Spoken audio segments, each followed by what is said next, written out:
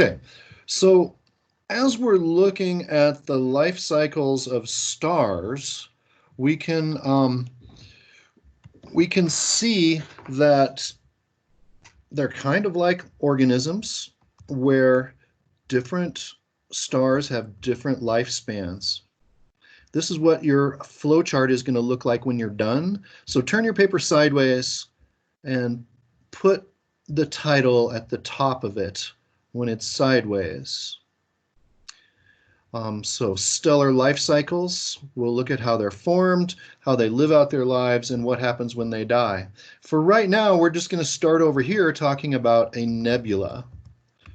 So stars are formed in these huge clouds of gas and dust, which are called nebulae. A nebula just means cloud.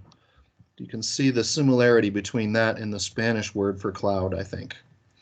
So let's look at some nebulae.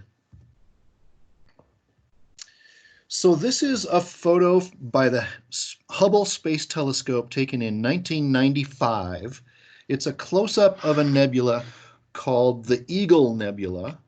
And they discovered within this nebula these huge pillars of gas and dust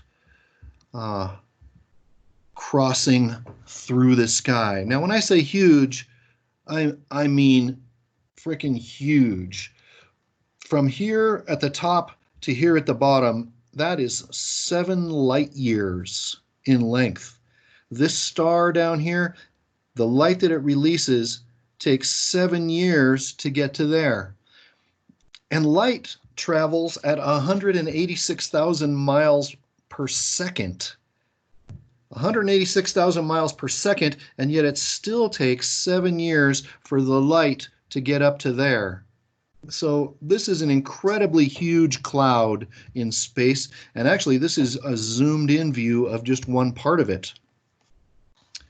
So this was taken in 1995, and then they took another photo in 2014.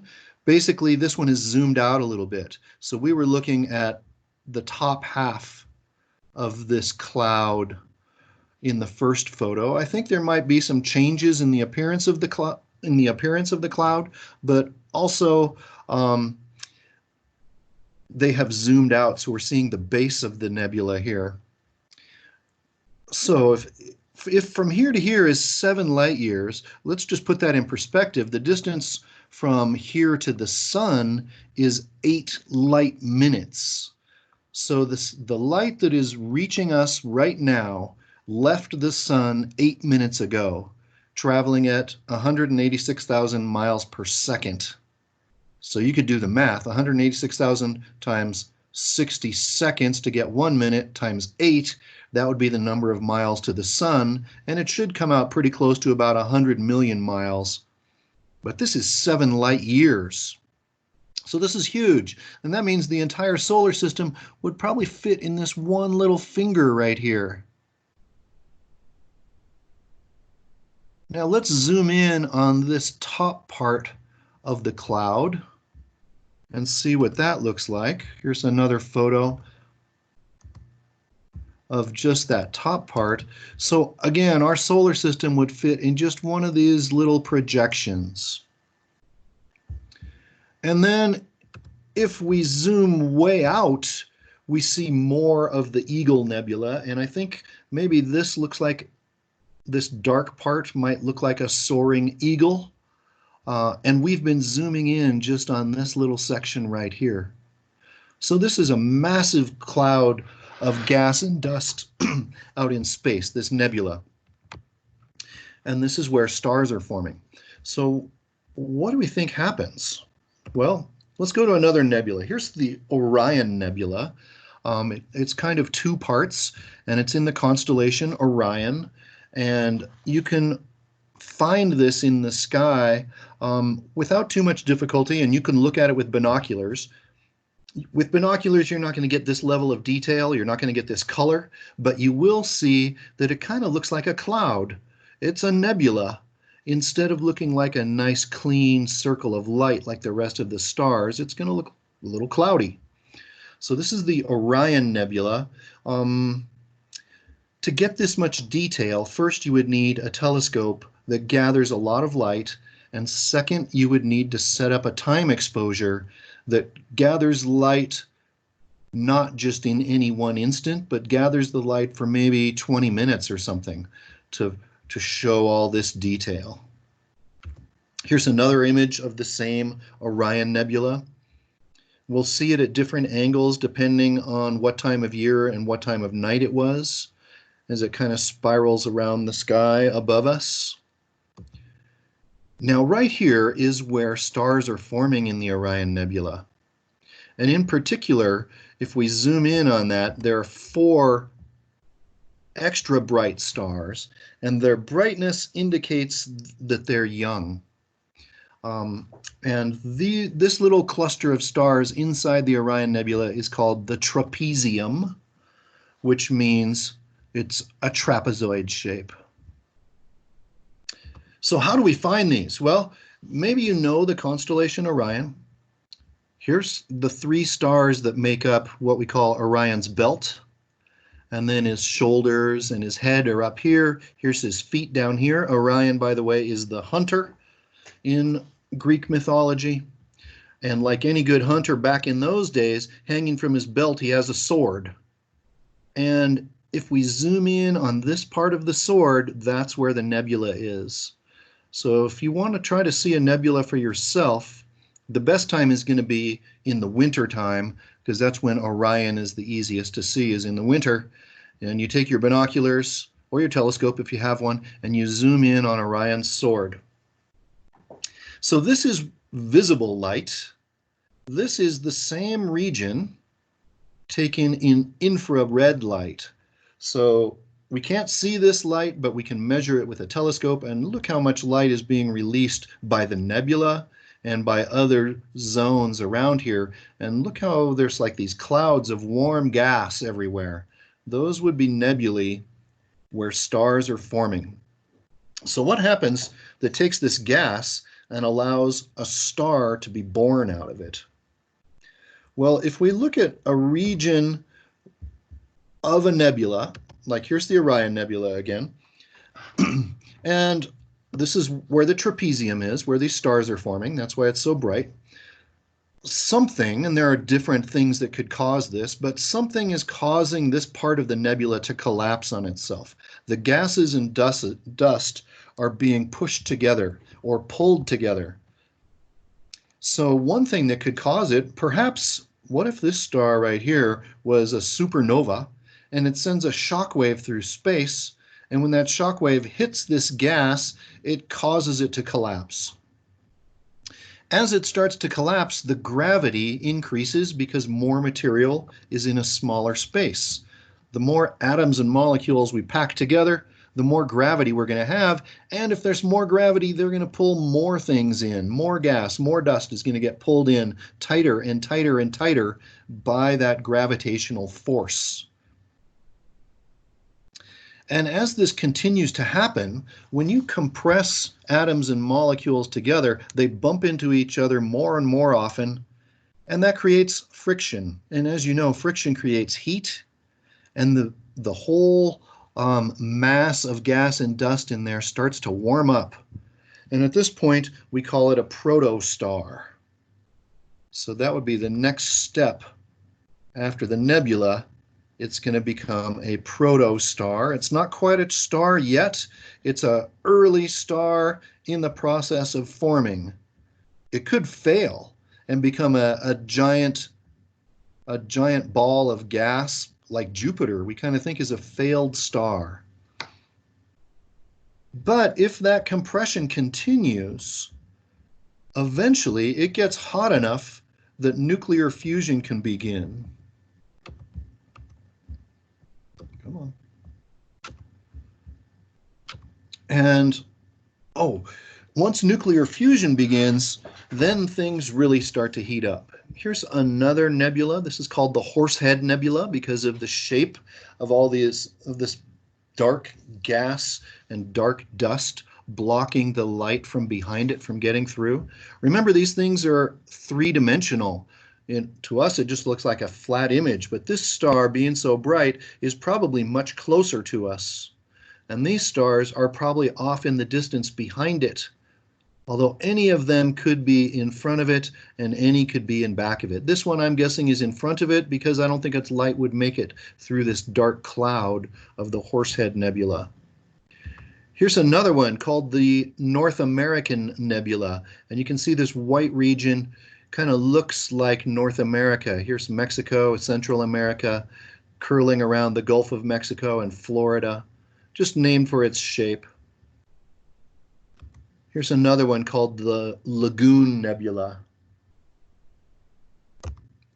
Now here's an artist depiction of a protostar about to ignite and become a true star. So all this matter in the nebula, in the center of it here, has fallen in and is compressing tighter and tighter together. Gravity continues to pull more material inward. It's orbited by these other objects that could grow into planets. And more materials falling in here, so it's getting denser and denser and hotter, and the pressure is increasing so much that eventually nuclear fusion will begin. In fusion, we force two atoms together. So two smaller atoms are being crunched together to make a bigger atom, and in the process, they release a little bit of energy. So by far, the most common element in these nebulas, in fact, everywhere in the universe, the most common element is hydrogen, which is the smallest of the elements. And when you force hydrogen atoms together, they fuse to make helium. And so it's kind of like hydrogen is the fuel, and helium at this point is the ash that's left over. So the hydrogen is being fused into helium, but when you take the mass of the hydrogen and add it together, it turns out it's slightly more mass than the mass of the helium it made. So what happened to that extra mass? Well, according to Einstein's equation, E equals mc squared, that extra mass gets converted to energy in the form of heat and light, X-rays, gamma rays, ultraviolet light, infrared light, all the different forms of light, radio waves, all that mass from left over from the fusion of hydrogen to helium is converted into this energy, and at that point we have a true star that is now glowing. So we have this nebula collapsed into a protostar, and then fusion begins, and at this point there's three different possibilities that vary. What happens is going to depend on the mass of the star. If it's a low mass star, it's going to become what we call a red dwarf on the main sequence. I'm going to talk more about the main sequence in a minute. A red dwarf would be a small star because it's low mass, and the red color indicates that it's not very hot. It's pretty low temperature. On the other hand, if it's middle mass, it becomes a yellow star on the main sequence. And that's what the sun is. Middle amount of mass becomes a yellow star on the main sequence. Low mass becomes a red dwarf on the main sequence. So it's low temperature, mid temperature. They're both on this main sequence that I'll show you in a minute. Then, if it's very heavy, if there's a lot of mass that got compressed together in that nebula, that means it becomes a blue giant on the main sequence. And the blue indicates that it's quite hot, and the giant shows us that it's very big. And we can measure the temperature of stars indirectly using the type of light that they're emitting. So they actually do have these different amount of color coming out of them. You can look up at the night sky and see that some stars look a little bluer, some look a little more red, some look kind of yellow. And basically, an average star like the sun, it will last about 10 billion years on the main sequence, burning up its hydrogen fuel that whole time. So we could think of the nebula as infancy, and the protostar is childhood. And then when fusion begins, we have adulthood, which is the star living out most of its life on its main sequence. So this is our adult star. For the sun, which we calculate is about 5 billion years old, we think it will have a 10 billion year life cycle. So it's going to continue burning hydrogen, not really burning because it's not on fire, it's being forced together, it's being fused into helium, but the hydrogen is its fuel, and it has enough fuel to burn for another 5 billion years. It's already been burning for 5, it has another 5 to go, so a total of approximately 10 billion year lifespan before it runs out of hydrogen. And that's when old age will begin, and we'll talk about that in a minute. Now, if we think about the blue giant, it's much bigger. It has much more mass. It has a lot more hydrogen than the sun does, so it seems like it should have a longer lifespan, right? However, because it is so big, there is more gravity pulling that material together, and the fusion happens faster. It burns up the gas faster. So it actually has a much shorter lifespan, maybe only 500 million years as a blue giant. So basically, the more mass you have, the faster you're burning up your fuel, and the shorter the lifespan of that star. Now let's think about that lifespan for a second. Basically, what we have with a star, any star, doesn't matter how big it is, gravity is creating a force that pulls all the atoms in together, pulling everything inward. But at the same time, once it starts fusing the hydrogen to make helium, fusion is going to push that material outward. So we have this battle between gravity and fusion. Think of an explosion pushing material outward, but gravity pulling it in, but fusion pushing it out, and it's a tug-of-war contest. And while the star is in its adulthood on the main sequence, as we call it, these two are pretty much in balance. Gravity and fusion are equal. And so the star retains this same size and shape throughout most of its adulthood. Gravity pulling in, fusion pushing out equally.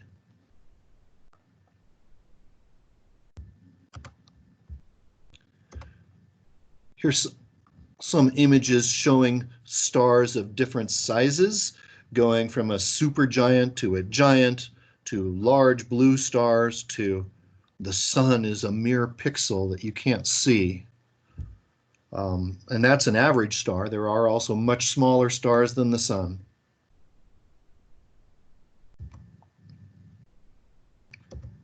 Okay, now here's a diagram that includes this idea of the main sequence.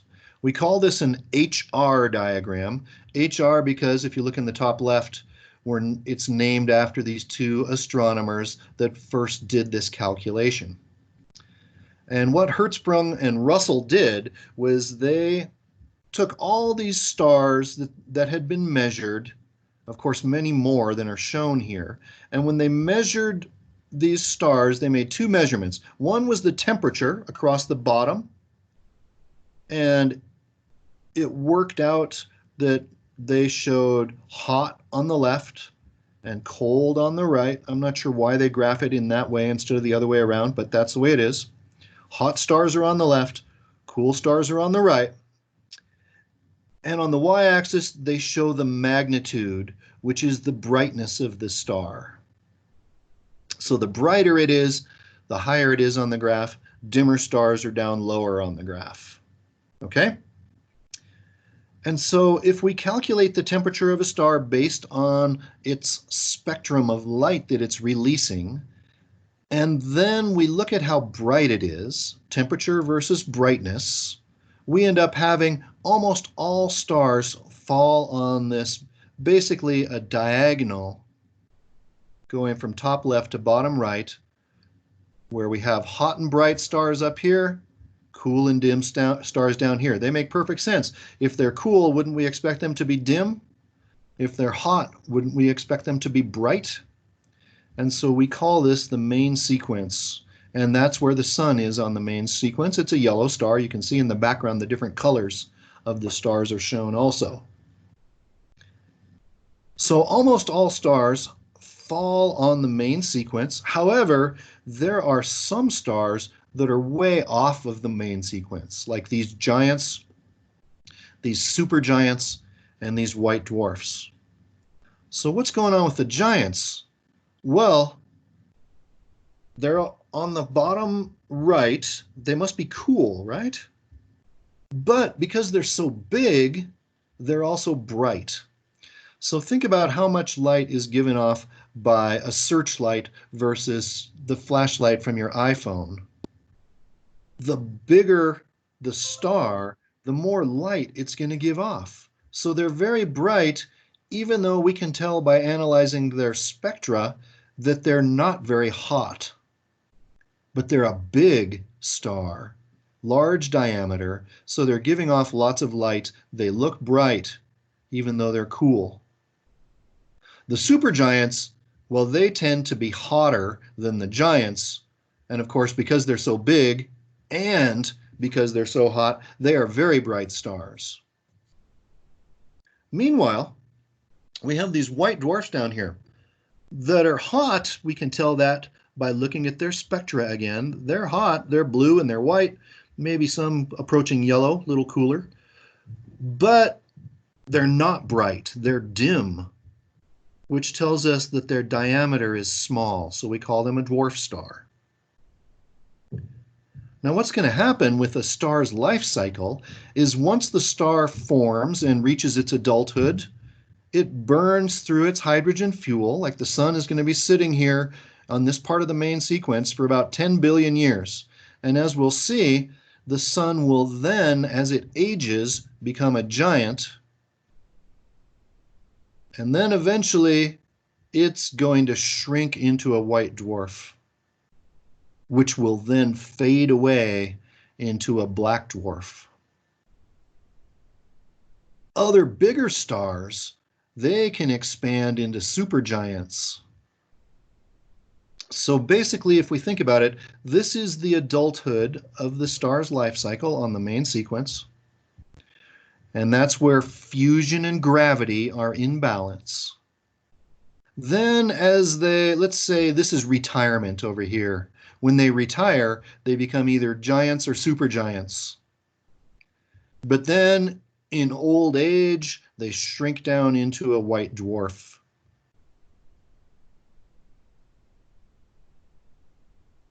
So how does that work? Well, let's go back to this. You're going to add to your flow chart now. And if we go back here, what we see is both the cool red dwarf on the main sequence and the middle-sized, middle-temperature yellow star on the main sequence. They both end up evolving, or I guess aging, into a red giant. So what we should do is go back to this diagram showing the balance of gravity and fusion. So the sun is going to spend 10 billion years burning its hydrogen fuel in its core. And for 10 billion years, it's going to have enough explosive power from that fusion to balance the crushing pressure of gravity, right? And they're in balance and the sun stays at this size. But what's going to happen when it runs out of hydrogen? The fusion is going to slow down, isn't it? These arrows, this force is going to decrease. Meanwhile, it has the same amount of gravity because there's the same amount of matter in the star. And so this star will actually start to shrink. About 5 billion years from now, the sun is going to run out of hydrogen and it's going to start to shrink. But wait a second, when it shrinks, doesn't that actually cause it to heat up again? Because as we compress something, their atoms and molecules are forced closer and closer together, so they get hotter and hotter. Well, we've used up all of our hydrogen, but remember the end product of hydrogen fusion was the formation of helium. So there's all this helium in here, and we're now heating up that helium, and we can heat it up enough that helium fusion will now begin. And when you fuse helium, the end product, like the ash, is carbon. So we take the end product of one set of fusion reactions, and later, by compressing it, we can now start to burn it. So now we're going to burn the helium, and the helium fusion is actually going to overcome this gravitational force and push the star out bigger and bigger. For the sun, when it goes through this stage of converting to helium fusion, it's going to expand, and first it's going to swallow Mercury, and it's going to keep expanding and swallow Venus, and it's going to keep expanding about to the point where the Earth is right on the edge of the sun, and we're going to be burned to a little crispy critter at that point. We will become part of the sun. So helium fusion allows this star to expand, and that's why we call it a giant star. It also cools off and is giving off more red light. So it is now a red giant. And if we go back to our HR diagram, we will see that the sun is first going to shrink, and then when it starts burning helium, it's going to push out into this red giant zone. Okay, so this is the retirement of the small and medium-sized stars. They expand into a red giant. Well, that red giant is going to end up burning through its helium, just like the main sequence stars burned through their hydrogen fuel. Eventually, it's going to run out of helium, and at that point, it's going to start to shrink again. And that's when it shrinks down into a white dwarf. But at the same time that the inner core is shrinking to a white dwarf, the outer layers of the giant star are going to drift off into space, forming a cloud around this little star. And we call that a planetary nebula because it's a cloud that is orbiting a star. So don't confuse the planetary nebula with the nebula we started from. The nebula we started from is where stars are born. This is a nebula that is the end of the star's life. And we can see these. They're pretty cool looking. Here's a planetary nebula called the Ring Nebula for obvious reasons. And if you look right in the center of it, that is the white dwarf that released these layers of gas. They used to be part of that star, but as the helium fusion came to an end, those layers were basically coughed up. They were basically released from the star, while the rest of it contracted into this white dwarf in the center. That's the Ring Nebula. Here's another one. They call this one the Eskimo Nebula. Again, you can see the white dwarf in the center, and it's releasing these different layers of gas from its atmosphere. So a different kind of a nebula. It's still gas and dust out in space, but this is orbiting the remains of the star, the white.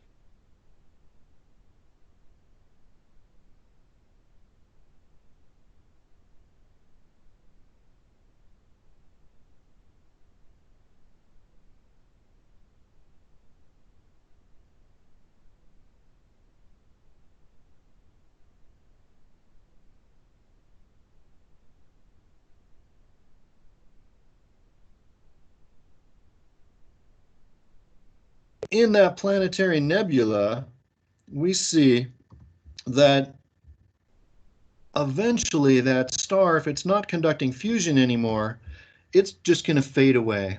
As it stops giving off energy, it's going to become dimmer and dimmer and dimmer until finally it's a black dwarf is what's left. So the matter is still there. It still has gravity, but it's not giving off any light. And that would make the black dwarf pretty hard to find in the sky, right? Because it's not giving off light, but it still has gravity. Now that's what happens with our small and medium-sized stars. What happens if it's a big star? If it's a high mass star, then that blue giant lives its life very quickly on that main sequence, burns up through all of its hydrogen fuel. The hydrogen fuel ends up being converted to helium, and then it burns that helium, and then it burns the helium too. At this point, it's a red supergiant. And then the helium gets compressed when it's used up. The helium is converted to carbon. That carbon gets compressed and it starts having fusion. And the leftovers from that process get compressed until it has fusion. And this same thing happens multiple times where it burns one fuel and expands and it's stable for a while. When it runs out of that fuel, it collapses, which heats everything up so it can burn the next fuel. And it gets bigger again, burning that new fuel. But then it runs out of that fuel and collapses again. And this happens multiple times until finally the end product is iron. So these different elements are actually being formed in the stars. As we fuse hydrogen, we make helium. As we fuse helium, the star makes carbon, and so on.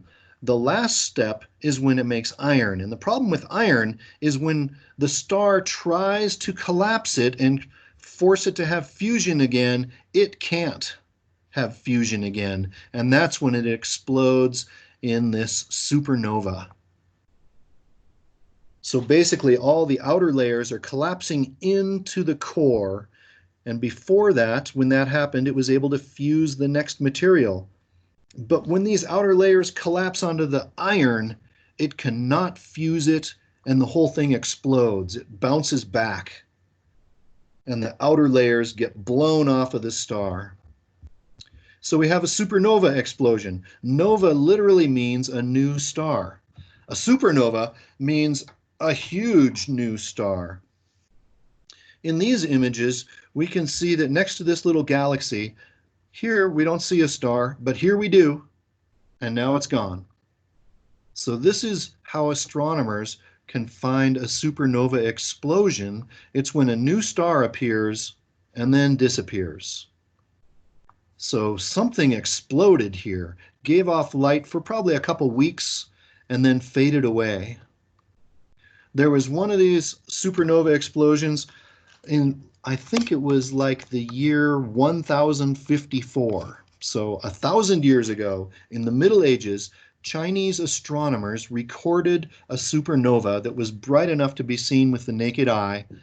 And I think it was bright enough that they were seeing it in daylight. So its brightness rivaled the sun. And that particular supernova was not just seen by the Chinese, of course, it was seen all around the world. And there are like rock carvings, petroglyphs in North America that seem to show this supernova. And there are records in Europe, like on a tapestry of a new star that was seen. Here's another image showing a supernova. This one they call SN. I assume that stands for supernova. 1994D, so it was discovered in 1994. I'm guessing it was the fourth one because it's D, the fourth letter in the alphabet. And so this thing glowed for a couple weeks next to this galaxy and then faded out. So this is what astronomers find in a supernova. We think this is the remnant of a supernova. That's what we call it, a supernova remnant. You can tell that there was a star in the center here that exploded outward, sending all this material out into space, all these gases and this dust. And of course, this material could then collapse to form a new star, a new solar system, with all the atoms that were once in the core of that star now spread out in space. We could start this cycle all over again. So the next thing after the supernova depends on the mass of it. Once again, well, all of these were large stars, so they all had a high mass, but some had a very high mass. And if it's a big enough star to become a red supergiant and then explode in a supernova, one option of what's left over, kind of like the white dwarf was left over from the regular sized star, is what we call a neutron star, also known as a pulsar. And neutron stars are very strange. The matter that makes up a neutron star is almost impossible for us to imagine what's going on. To figure out what's going on with a neutron star, we need to look at a diagram of an atom. So here's an atom. And as you know, atoms are made of protons and neutrons in green that make up the nucleus, and they're orbited by electrons out here. What they don't show in this diagram is actually the distance between the electron and the nucleus is huge. So for example, if these two electrons are at the goalposts of a football field, in the middle of that football field, the nucleus would only be as big as an ant. Only as big as an ant. Everything else is empty space between the electron and the nucleus. And when you put one atom next to another, it's their electrons that line up to each other. So there's an ant in the center of a football field, and then there's another football field with an ant in the center of that, and everything else is empty space. That's normal matter that you and I are made of, that we interact with every day, that we eat, that we breathe. All that stuff is normal matter. But in the neutron star, in the final collapse, after the supernova, whatever's left, in the final collapse, there is so much force in that collapse and there is so much gravity that these electrons at the goalposts get pushed all the way to the 50-yard line where they're forced to join the proton. The electron and the proton are forced together, and this means that they cancel each other out and they become neutrons. So instead of protons, neutrons surrounded by orbiting electrons, we don't have anything orbiting. We just have neutrons packed together the size of an ant in a football field. And that happens with every atom around here, every football field around here, and then all these ants can then get packed together. Now think about how heavy that material must be if it no longer has this empty space and it's just all packed together, all these neutrons forced together. That means that the star has the same mass that it always had, but it is very small. So basically, we think a neutron star is about the size of 10 miles in diameter. In other words, you could drop a neutron star into Lake Tahoe. But it is still heavier than the sun.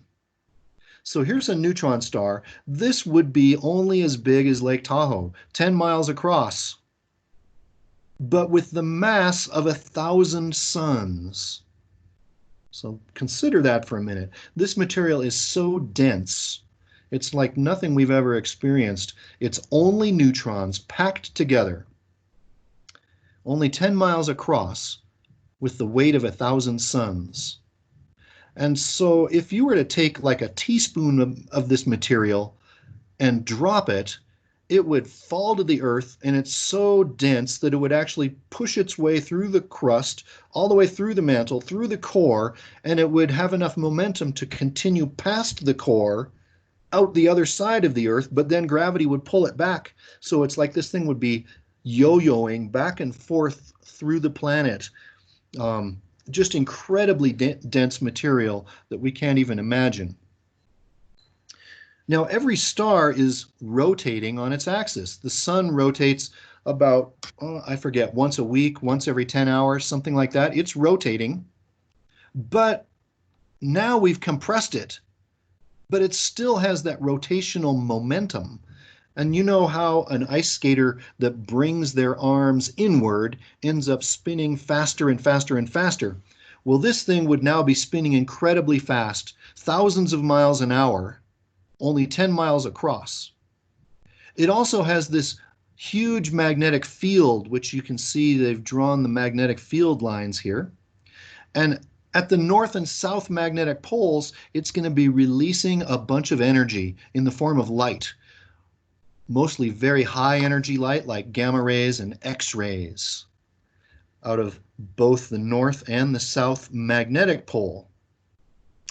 But just like our north and south magnetic pole, the neutron star's north and south magnetic pole might not line up with the axis of its rotation. It might be rotating at this axis, and that means this light beam is swinging through space in circles, kind of like a lighthouse. Sends a light out in one direction and spins around. And if you stand there on the shoreline looking at the lighthouse, you'll see it flash when the beam comes towards you. And we have found these objects in space that have this incredibly rapid spinning, but this beam is not always pointing to us. So if the Earth is over here, the light, we can see it right now, but then as it's rotating around, this beam of light points in opposite directions, and we can't see that light wave anymore. So this thing flashes, it pulses, and that's why we call it a pulsar, because it's flashing at a very rapid rate, because the neutron star is so small that it is spinning very quickly and releasing a lot of energy through its north and south pole. And if that beam of energy points towards us, we see it pulsing when the light wave goes past us. Now there's one more, and that's if it has incredibly high mass, even bigger than a regular red supergiant. If it has incredibly high mass, when it has the supernova and has its final collapse, it does not stop at being a neutron star. Even those neutrons get crushed together even more. And this forms what you've heard of as a black hole. And this thing has so much mass that even the energy that it's emitting in the form of light, the gravity that this thing has is strong enough to pull the photons of light back into itself. So that energy cannot escape that black hole. It has so much gravity, even light can't escape from it. And that's why we call it a black hole, because it does not emit any light. So we have some artist conceptions of what a black hole would look like. Here's one. It's showing the Milky Way and this kind of mysterious dark area with this distorted space around it. Here's another one. So here's our black hole in the center, and this is all material orbiting around it and falling into it. When that material falls into the black hole, it releases some energy at the surface of the black hole. But of course, anything that ends up inside there, that is trapped in there forever. In fact, it's so small that we call the center of it a singularity, like a single point. And even a person, just the 6 foot, 5 foot height of a person, is enough to have a difference in gravity. Like if you were to jump in here, there would be more gravity on your feet than on your head. And that means it would pull your feet faster than it would pull your head, and you would get stretched into a thin wire as you fell into the singularity of the black hole. In this particular painting, what they're showing is a black hole that is the companion of another star. It looks like a blue giant. So this is what we call a binary star, a double star. And the black hole is actually pulling matter off of the blue giant, pulling it into this disk of material that's going to eventually fall into the black hole. We call this the accretion disk. So this is showing the different parts of a black hole. The center of the black hole is the singularity, the single point where all this matter is being compressed beyond our human understanding. The singularity is surrounded by the event horizon, which is the location where light or matter can no longer escape from that black hole's gravity. So much gravity, light can't escape. It is trapped inside the event horizon. Orbiting that event horizon is this accretion disk. Accretion means we're adding material to it little by little. It is being accreted. So this material is falling into the event horizon and becoming part of the singularity, just being compressed tighter and tighter and tighter. When it falls in, when it reaches the event horizon, each little bit of material or big bit of material that falls in there is going to give off a burst of energy from the poles of the black hole as a relativistic jet, a jet of energy being released from the poles of the black hole. So overall, we should end up with a flow chart showing the life cycles of these different stars. All of them start their infancy as a nebula, which collapses into a protostar, and then they go their separate ways depending on how heavy they are. If it's small, it's a red dwarf. If it's medium, a yellow star. If it's high mass, it's a blue giant. All of these, we say, are on the main sequence as they're burning through their hydrogen fuel.